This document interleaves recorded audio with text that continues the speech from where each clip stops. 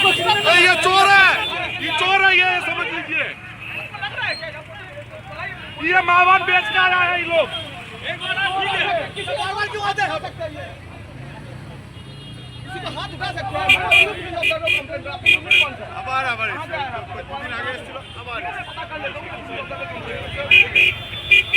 Original যারা criminal আছে সেখানে যান।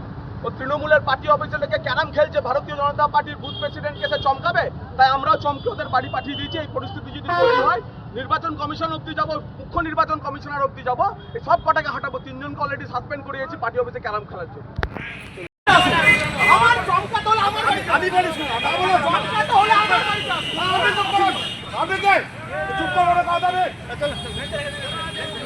আপনার आपकी पॉलिटिकल इन्फॉर्मेशन देखो इधर किसके पास जा रहा है कोई क्या के चोर एकटा ये पूछो बच्चे लेकिन देखे मुने ये चोर है, ये लोग सबसे बड़ा चोर है वेस्ट बंगाल का समझ लीजिए, ये लोग सबसे बड़ा चोर है। ये होगा कितना क्या किया आप लोग मालूम है लोगों को ये लोग ऐसा पुलिस वाला है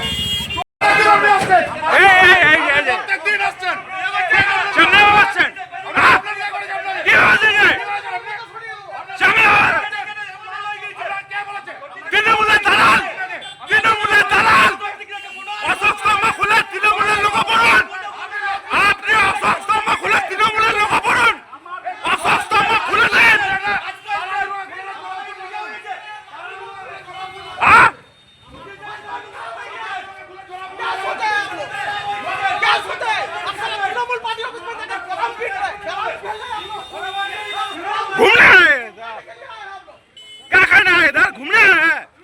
ये हम लोग आदमी को ऐसा कर रहा है और टीएमसी के आदमी को छोड़ रहा है, इसलिए आए हैं इलेक्शन में। चमकाने के लिए आए हैं आप? जहाँ चमकाना चाहिए वहाँ नहीं जा रहे हैं, जहाँ नहीं चमकाना चाहिए वहाँ चमका रहे हैं आप लोग।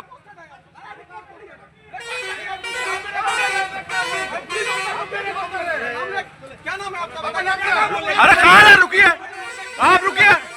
कितना टीएमसी के घर गए आप, कितना टीएमसी के घर गए, हम लोग आदमी को चमका रहे हैं। छोटी चटा क्या करवाएगी बार-बार की चला আসছেন তৃণমূলের দালালি করতে আসছেন আপনারা। অশোক স্তম্ভ খুলে জোড়া ফুল লাগান, জোড়া ফুল লাগান, অশোক স্তম্ভ খুলে জোড়া ফুল লাগান।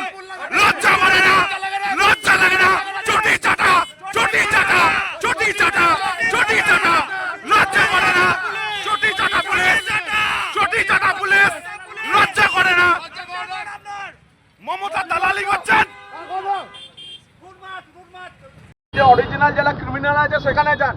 ও তৃণমূলের পার্টি অফিসে লেগে ক্যারাম খেলছে, ভারতীয় জনতা পার্টির বুথ প্রেসিডেন্টকে সে চমকাবে, তাই আমরাও চমকে ওদের বাড়ি পাঠিয়ে দিয়েছি। এই পরিস্থিতি যদি তৈরি হয়, নির্বাচন কমিশন অব্দি যাবো, মুখ্য নির্বাচন কমিশনার অব্দি যাবো, এই সব কটাকে হাঁটাবো। 3 জনকে অলরেডি সাসপেন্ড করিয়েছি পার্টি অফিসে ক্যারাম খেলার জন্য। মমতা দালালি, চটি চাটা। দেখুন 16 নম্বর ওয়ার্ডের আমাদের একটি বুথের বুথ প্রেসিডেন্ট, হঠাৎ করে আমরা শুনি শিউড়ি থানার পুলিশ কেন্দ্রীয় বাহিনী নিয়ে সেই বুথ প্রেসিডেন্টকে চমকাতে গেছে। খবর আসার সঙ্গে সঙ্গে আমরা যাই, দেখি সত্যিই তাই, সেখানে কেন্দ্রীয় বাহিনী এসে আমাদের বুথ প্রেসিডেন্টকে চমকাচ্ছে। আমরা বলি যে আপনাদের কাজ কি তৃণমূল পার্টি অফিসে ক্যারাম খেলা আর বিজেপির বুথ সভাপতিদের চমকানো? তো শিউড়ি পুলিশের যে অফিসার, আমি এটা নিয়ে অবজারভারদের কাছে কমপ্লেন করেছি, পুলিশ অবজারভার কমপ্লেন করেছি, জেনারেল অবজারভারকে কমপ্লেন করেছি, থানায় কমপ্লেন করেছি যে প্রতিদিন কি বিজেপির বুথ সভাপতিকে চমকানো কাজ কি? এটা তৃণমূল যেটা পারছে না সেটা কি পুলিশ করছে? ফার্দার যদি এটা হয় তাহলে আমরা এখানে যে পুলিশের যে অফিসাররা আছে এবং যে পুলিশ অফিসার এসব নিয়ে যাচ্ছেন তার বিরুদ্ধে আমরা স্পেসিফিক কমপ্লেন আজকে কমিশনের কাছে করছি।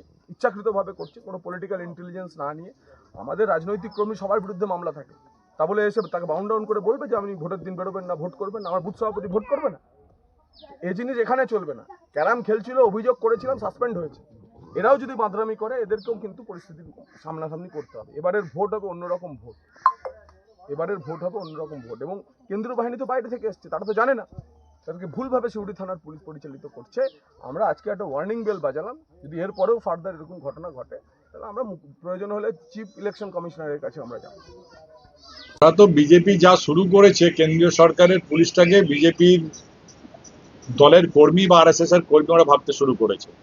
ওদের অঙ্গুলি হেলনে না চললেই তখন তারা যদি নিরপেক্ষতা বা বজায় রাখে, তাহলেই কিন্তু বিজেপির নেতাদের গায়ে গাত্র জ্বালা হয়ে যাচ্ছে। তাদের একটাই ধারণা যে মোদি পাঠিয়েছে পুলিশ, তারা আমাদের হয়ে কাজ করবে এবং আমরা যা বলবো তাই শুনবে।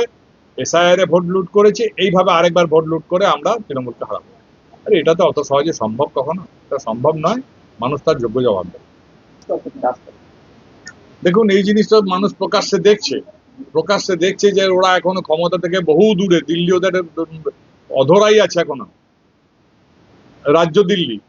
কাজেই সেই জায়গায় দাঁড়িয়ে ওরা যেন তেন প্রকারেণ মানুষের কাছে প্রমাণ করতে চাইছে যে আমরা কত বড় মস্তান, কত বড় নেতা। সেইটার প্রতিপন্ন করার জন্য কেন্দ্রীয় সরকারের পুলিশ, যাদিকে রক্ষণাবেক্ষণের জন্য কেন্দ্র পাঠিয়েছে বিজেপির ছেলেদিকে, তারা যদি নিরপেক্ষতা বজায় রাখছে, তখন জগন্নাথবাবু রাগ হয়ে যাচ্ছে, তিনি যা উল্টো পাল্টা বকছেন। কাজে এই জিনিস বেশি দিন চলতে পারে না। মানুষ তার যোগ্য জবাব দেবে।